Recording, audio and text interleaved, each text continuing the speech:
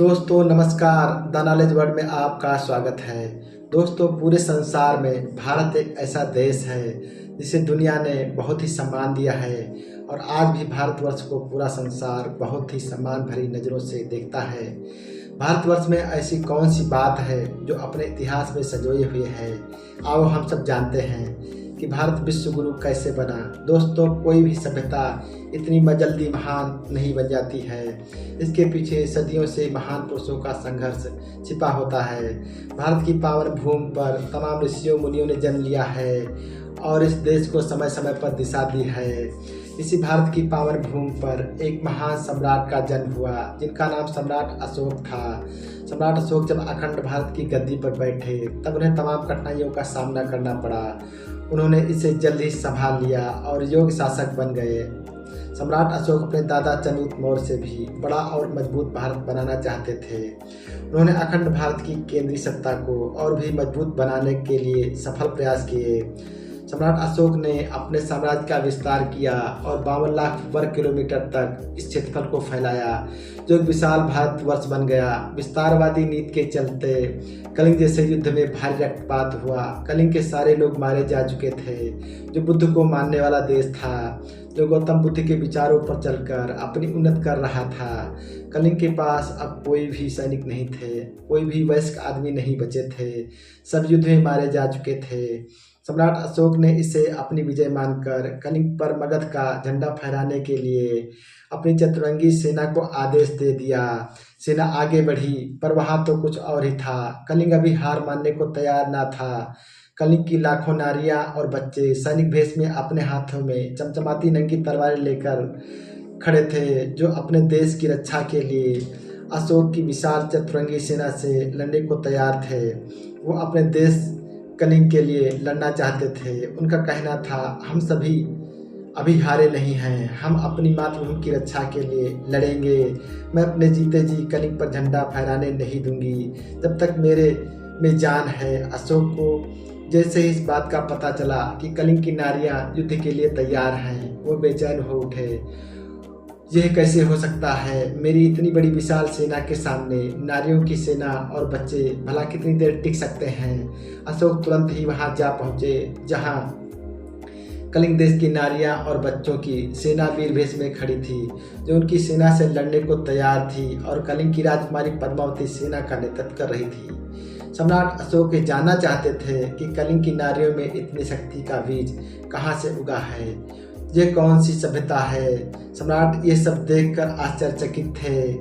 पूरे संसार के इतिहास में ये सब कभी नहीं हुआ था। ये आश्चर्य देखकर सम्राट अशोक ने राजकुमारी से वार्ता करनी चाहिए। राजकुमारी ने वार्ता को स्वीकार कर लिया। सम्राट अशोक का सामना राजकुमारी से हुआ और अशोक ने बहुत ही मर्यादित शब्दों में कहा कि बेटी, ये तलवार जो आपके हाथ में है, मैं इसे सदा के लिए पल भर में झुका सकता हूँ और तुम्हारी नारी और बच्चों की सेना हमारी चतुरंगी सेना के सामने थोड़ी देर भी नहीं टिक पाएगी। पर मेरे साथ नारियों पर तलवार उठाने की इजाज़त नहीं देते हैं, आज्ञा नहीं देते हैं। राजकुमारी पद्मावती ने सम्राट को उत्तर दिया, सम्राट आपके साथ नारियों पर तलवार उठाने की आज्ञा नहीं देते हैं, पर लाखों नारियां जो आपके सामने सैनिक भेष में खड़ी हैं, जिनके पति तुम्हारे सेना के द्वारा मारे जा चुके हैं और ये सब नारियां अब विधवा हैं। तुम्हारे सामने जो वीर बच्चों की सेना खड़ी है, उनके पिता अथवा संरक्षक सब मारे जा चुके हैं, अब वह सब अनाथ हैं। क्या तुम्हारे शास्त्र इतने बड़े पाप कर्म करने की आज़ादी देते हैं? अगर आपके शास्त्र ऐसी आज़ादी देते हैं तो निश्चित ही तुम्हारे शास्त्रों में फरेब है,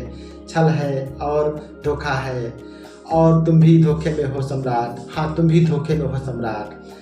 कलिंग बुद्ध का देश है और बुद्ध ने आत्मरक्षा के लिए और अपने देश और संप्रभुता को बचाने के लिए हमें लड़ना सिखाया है। बुद्ध के शासन में सब बराबर हैं, कोई ऊंचा नहीं है, कोई नीचा नहीं है, चाहे नर हो अथवा नारी, सबको समान अधिकार हैं। इसलिए मैं अपनी मातृभूमि की रक्षा के लिए लड़ूंगी। हम अपने इस पावन कर्तव्य को नहीं छोड़ सकते। अगर हम सब मारे गए तो वीर गति को प्राप्त हो जाएंगे, पर कायरता भरी गुलामी भरी जीवन हम बिल्कुल नहीं जी सकते हैं, इसलिए हम लड़ेंगे। अशोक ने नज़र उठाकर देखा तो सारा नारी सेना दल अपनी मातृभूमि के लिए एकदम लड़ने को और मरने को तैयार है। यह देखकर अशोक सन्न रह गए और उनके हाथ से सहज ही तलवार छूटकर जमीन पर जा गिरी और सम्राट अशोक के पास राजकुमारी के तथ्यों और प्रश्नों का कोई जवाब नहीं था। उनके पास अब कोई उत्तर नहीं था। उनका हृदय करुणा से भर आया था और वह समझ गए कि कलिंग की नारियों और बच्चों में जो शक्ति है, साहस है और वे निर्भीक हैं, निडर हैं, वे मरना चाहते हैं पर हारना नहीं, क्योंकि कलिंग की नारियों और बच्चों पर बुद्ध की शिक्षा का गहरा असर है। और सम्राट अशोक समझ गए कि अब इन्हें मारकर हमें क्या मिलेगा, इतने अधिक बच्चों को और नारियों को मारना अच्छा नहीं है। और उनका मन द्रवित हो उठा और विचार करने लगे, जब सब लोग मारे ही जाएंगे तो मैं राज्य किस पर करूंगा, कौन मुझे विजेता स्वीकार करेगा। और उनका हृदय परिवर्तित हो गया और उन्होंने बुद्ध की शिक्षा से प्रभावित होकर बुद्ध की शरण ले ली।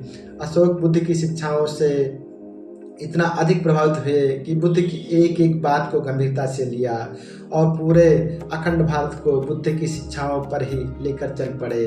यहीं से नींव पड़ी भारत के विश्व गुरु बनने की, भारत के सोने की चिड़िया बनने की। बुद्ध की शिक्षाओं में ज्ञान का सबसे बड़ा महत्व है।